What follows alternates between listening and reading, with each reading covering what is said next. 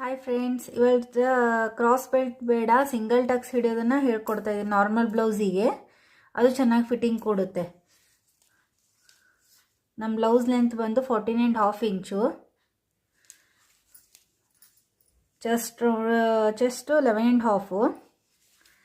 ಇದನ್ನು double folding ಮಾಡ್ಕೊಂಡು back front ಎರಡು ಈಕ್ವಲ್ ಫೋಲ್ಡಿಂಗು. ನೆಕ್ಸ್ಟ್ ಇಲ್ಲಿಂದ ಫೋಲ್ಡಿಂಗ್ ಏನಿರುತ್ತಲ್ಲ, ಇಲ್ಲಿಂದ 4 ಇಂಚು ಟಕ್ಸ್ ಸಲುವಾಗಿದು. ಇಲ್ಲಿ ಶೋಲ್ಡ್ರ್ ಪಾಯಿಂಟ್, ಸೆಂಟ್ರ್ ಪಾಯಿಂಟಿಂದ 10 ಇಂಚು ಶೋಲ್ಡ್ರ್ 10 ಇಂಚು.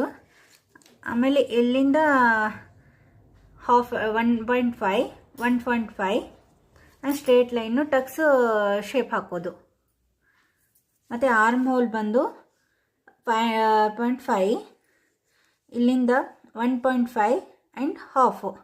ಇದೇ ಥರ ಕಟಿಂಗ್ ಮಾಡೋದು. Cutting next